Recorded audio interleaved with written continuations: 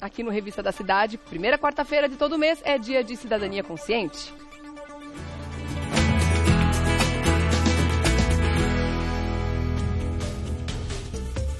Seja bem-vindo, doutora Anis Kifuri. Tudo bem? Tudo bom? Bem-vindo sempre. Obrigado. Esse quadro tão importante. Vamos falar de cidadania, que é uma coisa tão importante, né? Pois é. Ainda mais num ano como esse, a gente já falou sobre isso antes aqui. É um ano, parece que, de retomada de consciência de tantas coisas, né? Em que a gente vai precisar, mais do que nunca, saber dos nossos direitos e deveres para justamente poder cobrar, para justamente poder partir para cima, né? Claro, positivamente falando, das pessoas que a gente escolheu para estar no Congresso, no Senado. Então, quando a gente sabe dos nossos direitos e deveres, fica mais fácil quando a gente tem informação. E direitos e deveres vêm justamente a partir desses papéis tão importantes, né? Dessas leis tão importantes, que é justamente esse conjunto, né? Que é a nossa Constituição, que está completando agora 30 anos. Oportunamente a gente trouxe esse assunto para o estúdio, né? Para que as pessoas entendam para que ela serve, o que ela rege e entrar um pouco mais nesse assunto que é muito importante, né, doutor? Não tenha dúvida disso. Primeiro eu quero dar um bom dia ao pessoal em casa, desejar um ótimo mês. Nós estamos aí próximo do final do ano e como a Regiane falou, a gente falou uma coisa muito importante. A gente acabou de sair de um período eleitoral, as pessoas foram às urnas, se manifestaram, mas a gente percebe pela internet que houve muita questão de notícia e boato que as pessoas se perderam um pouco. O que pode, o que não pode, o que está na Constituição. O que não é. A gente teve que fazer até uma pauta sobre eleição, né, para desmistificar certas coisas. O que era. Que rede social traz. Você sabe o que eu percebi?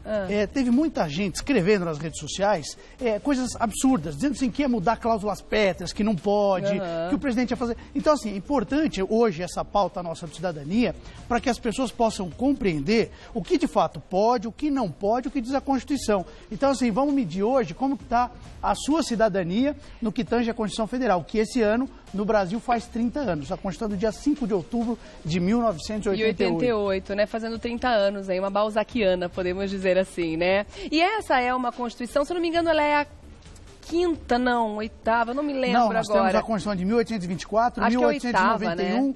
34, 37, 46, 67, 69, uma emenda. E agora nós estamos na oitava. Oitava, exatamente. E essa é conhecida como a Constituição Cidadã, porque ela foi feita justamente no final do período militar, né?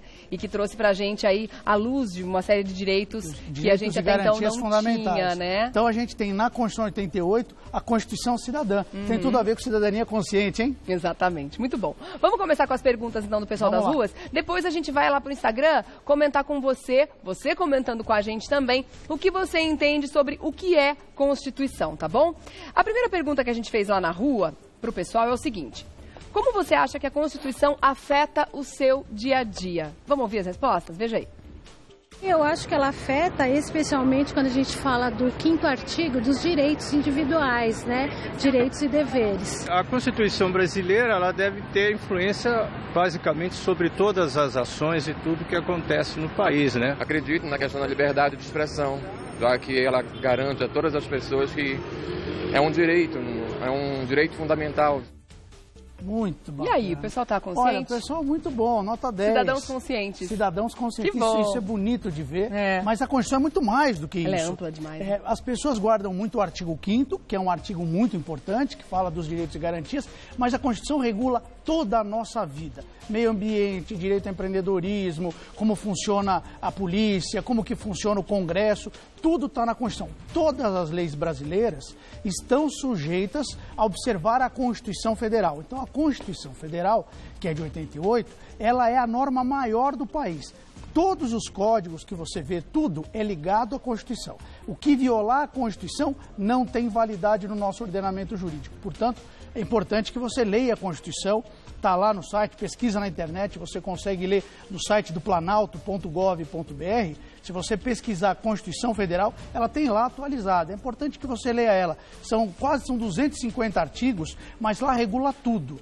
Como que funciona o direito do trabalhador, como que funciona o direito de aposentadoria, como que funciona a segurança pública, meio ambiente. E é muito interessante a gente ler, porque existem as questões gerais também que a gente deve entender, que a Constituição ela coloca o povo com o poder, né? O povo realmente como protagonista das questões a serem decididas pela nação, né? E para serem implementadas na nação. Achei muito interessante que, olhando um pouquinho, confesso que eu nunca tinha feito isso, mas é muito legal mesmo, né? Vendo dos princípios fundamentais, soberania, cidadania, dignidade da pessoa humana, os valores sociais do trabalho, da livre iniciativa e o pluralismo político. Quer dizer, tudo isso protegido pela Constituição. Está lá escrito. E num parágrafo único dizendo que todo o poder emana do povo, né? O que exerce por meio de representantes eleitos ou diretamente nos termos dessa Constituição. Quer dizer, garantindo a nós, brasileiros, que nós temos o direito não só de escolher quem são os nossos representantes, mas também que a gente tem o direito de opinar sobre como a gente quer viver dentro desse país, né? Tudo mais. E a cidadania está no artigo 1º da Constituição Federal. Está lá no artigo 1º. Muito legal. Vamos colocar a segunda pergunta, então, que a gente fez para as pessoas nas ruas. O que são as cláusulas pétreas da Constituição? Vamos ver como o pessoal acertou. Não sei. Eu sei que as leis da Constituição são aquelas leis que são acima das outras leis. São as garantias mais pessoais que garantem a pessoa, a cidadania, a integridade dela, enfim, o direito que não pode ser mudado para não prejudicar as pessoas, né? Tivemos um acerto no final aí, mais ou menos, né? Mas essa é a nossa Deram uma ideia. derrapada nessa. O que é a cláusula pétrea? Na verdade, pétrea quer dizer pedra, aquela cláusula que não muda. Então, a Constituição, quando ela foi feita, em 88, ela pode ser alterada, sim, por meio de emendas. Mas aquelas cláusulas pétreas são cláusulas que não podem ser mudadas. Um exemplo, o direito a voto. Amanhã o Congresso não pode mudar e retirar o direito a voto. Esse é um direito que está assegurado na cláusula pétrea. Os direitos e garantias fundamentais, tudo isso é protegido, não pode mudar. Então, cláusula pétrea, e muita gente saiu dizendo aí no meio da campanha que ia mudar a cláusula pétrea, não pode ser mudado pelo Congresso Nacional, só numa nova Constituição. Tá certo. Vamos lá para a terceira pergunta que a gente fez do pessoal nas ruas. O que são emendas à Constituição? Vamos ver. Não, por enquanto, não sei, não faço a mínima ideia. A Constituição é nosso documento base de lei, né? E a emenda constitucional seria tudo aquilo que precisaria ajustar ou se adaptar à Constituição para que pudesse se tornar legal. Olha só, olha, é bacana, viu? Eu gosto desse quadro, muito bem bolado. E aí a ideia é a seguinte, né? O que é emenda? Sempre que você precisa mudar a Constituição, ela pode ser emendada. Então, se faz um processo legislativo, o Congresso Nacional é que vota a alteração da Constituição.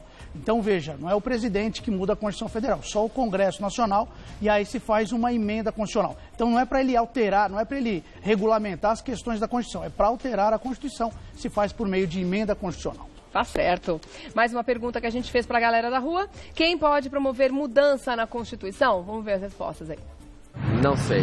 É o presidente, por uma emenda constitucional, e é aprovada pelo Congresso 2/3, eu acho. Não sei. Olha só que legal, né? Eu tô observando aqui, um já até acertou qual é o quórum. Primeiro, para mudar a Constituição, o presidente da República não muda a Constituição, como todo mundo estava comentando. Faz nada sozinho. Não, quem pode mudar a Constituição é só o Congresso Nacional. Legislativo. Quem que é o Congresso Nacional? São os deputados federais e os senadores. Então, toda vez que se quer mudar a Constituição, faz uma PEC, uma proposta de emenda constitucional. Quem pode propor a PEC? Eu, você, podemos propor? Não. Quem pode propor uma PEC sempre vai ser ou 1/3 dos senadores, ou 1/3 dos deputados, ou o presidente da República, ou mais da metade das assembleias legislativas. Pode propor, mas quem vai aprovar qualquer mudança não é o presidente, não é o governador, não é o prefeito. Congresso Nacional, por 2/3, votado 2 vezes. Então, para mudar a Constituição, passa na Câmara dos Deputados, 2/3 deles tem que aprovar, dar ok, aí vai para o Senado, aí 2/3 do Senado, são 81 senadores, tem que aprovar, aí volta para a Câmara, aí volta para o Senado. Depois de todo esse processo é que se muda a Constituição. Então, veja, não é tão simples assim como as pessoas falam. Tá. Bom, você entrou também no assunto antes da gente começar com as perguntas para o pessoal nas ruas, com relação às fake news, as coisas que rolaram por aí, dizendo que ia mudar isso, mudar aquilo e tudo mais. E uma das questões foi essa, que a gente andou ouvindo bobagem por aí também. Nossa. E aí a gente lança essa pergunta na rua, vamos ver o que o pessoal pensa sobre isso. O 13º salário está previsto em lei ou em Constituição? Vamos ver. Não. Sinceramente, não sei te responder, não, mas eu acredito que sim. Não. Olha só. Mas, sim, não, mais ou menos. Mas não, tá. O 13º está previsto na Constituição. Disseram, não, porque acabou, porque revogou. Não, está na Constituição, é um direito social, um direito do trabalhador, está assegurado. Para tirar, precisaria fazer uma alteração, a emenda mesmo assim é discutível. Então, não existe esse pânico que todo mundo criou. É um direito do trabalhador, está na legislação, sim, está na lei, mas também está acima da lei, está na Constituição Federal. Tá certo. Mais uma pergunta, vamos lá. Qual a relação entre a Constituição, essa eu achei bem interessante também, e as polícias federal, civil e militar? Os limites, eu não sei se é isso na prática, eu digo os limites do poder, mesmo do poder, estão todos na Constituição. No que diz respeito à autoridade, né? Sim, tudo que tem na Constituição diz respeito a tudo, né, no nosso país. Tudo que está na Constituição diz respeito a tudo, e é verdade. É verdade, eu resumi bem. A Constituição regula toda a nossa vida. Então quer dizer que dentro da Constituição a gente tem Código Civil, Código Penal, isso tudo? Não. São coisas diferentes. Então vamos explicar. Vamos explicar isso direito. É importante, é legal a tua pergunta. Os códigos são consolidação de leis sobre determinados assuntos. Tá. Então, Código Penal, todas as leis com relação a crime, Código Civil, a relação de família e tudo mais, e a Constituição está em cima de todos esses códigos. Então, como ela se fosse uma lei primária e uma lei secundária, isso, é isso? Uma lei maior, essa lei maior é a Constituição Federal. Abaixo dela, todas as leis, códigos, decretos, portarias... Esses são mutáveis. Esses mudam e todos obedecem a gente chama isso em direito, é uma pirâmide. Tá. Né? A pirâmide de Hans Kelsen, de Kelsen. Então, no topo, a norma maior é a Constituição Federal. Então, todos os códigos, civil e tal, estão sujeitos à Constituição Federal. Tá. A Constituição Federal é a norma maior. E na Constituição Federal se estabelece quais serão as polícias que o Brasil terá. Então, na Constituição está escrito lá, nós, no âmbito federal, nós temos a Polícia Federal, a Polícia Rodoviária Federal e a Polícia Ferroviária Federal. Tem até uma artezinha que o pessoal preparou. Então, no âmbito federal, nós temos a Polícia Federal, que todo mundo conhece, a rodoviária e a ferroviária. No âmbito dos estados, que fica sob a administração dos governadores, tem a Polícia Civil e a Polícia Militar. Qual que é a diferença da Polícia Civil e da Polícia Militar? A Polícia Militar faz aquela ronda ostensiva, ela previne, ela chega na hora. E a Polícia Civil é também chamada de Polícia Judiciária, porque ela investiga o crime. Então, sempre que acontece um crime, tanto é que o policial civil, ele é, via de regra, o investigador. Ele vai investigar quem cometeu aquele crime, aquele... São trabalhos complementares. Então, se complementam e os dois são polícias estaduais. E os municípios podem ter as guardas municipais. Mas todas essas estão na Constituição. Tá certo. Aqui a gente vai para as ruas, mas eu vou repetir, ó. O que diz a Constituição sobre filhos de estrangeiros que nascem no Brasil? Essa criança é brasileira ou é estrangeira? Veja aí. E aí? Eu acho que é considerado brasileira. O que a Constituição diz eu não sei, mas o que eu imagino é que todos que são nascidos no Brasil são brasileiros. Não, acho que dupla nacionalidade, não sei. Pelo que eu saiba, eles são brasileiros. E aí? Viu que as respostas variam, né? No Brasil, serão brasileiros sim. A gente adota dois princípios, chama o ius soli e o ius sanguinis. Então a pessoa ela é brasileira ou porque ela nasceu no solo brasileiro ou porque ela tem sangue brasileiro, ela é filha de brasileiros. Então esses dois princípios o Brasil considera. Nem todos os países são assim, cada país tem uma regra, mas se o estrangeiro nascer no Brasil, por esse princípio ele passa a ser brasileiro também. Mas aí ele pode pedir a cidadania do outro país no futuro, se quiser. Com relação aos pais, de acordo com a legislação de cada um. Aliás, assim como os brasileiros, casais brasileiros que têm filhos fora do Brasil, podem ser considerados cidadãos daquele país, mas também podem pedir cidadania brasileira no futuro. Exatamente. Podem se naturalizar se quiser. Nasceu lá fora, mas é filho de brasileiro, ele pode vir pedir a sua cidadania no Brasil, porque ele é filho. Aliás, uma coisa curiosa para o nosso telespectador, quando o Brasil conseguiu a sua independência de Portugal e foi feita a primeira Constituição, aliás, todo mundo fala da Rua 25 de Março, né? O pessoal está acostumado a ir na Rua 25 de Março e tal. Essa rua, esse dia 25 de março, é o dia da primeira Constituição do Brasil. Dia 25 de março, por isso que tem essa rua. É mesmo? Primeira Constituição de 1824. E naquela ocasião se discutiu o seguinte, que o Brasil, na verdade, era colônia de Portugal. Quem seria brasileiro? Se todo mundo era português até então. Então, quando fez a primeira Constituição, estabeleceu o seguinte, vai ser brasileiros que nascerem aqui, só dali para frente, e os portugueses que estavam aqui, que quisessem continuar estando no Brasil. Então houve uma migração, não foi automático. O Brasil era uma colônia portuguesa. Sim, sim. Ninguém nunca se pergunta isso, né? Os índios não tinham RG, CPF.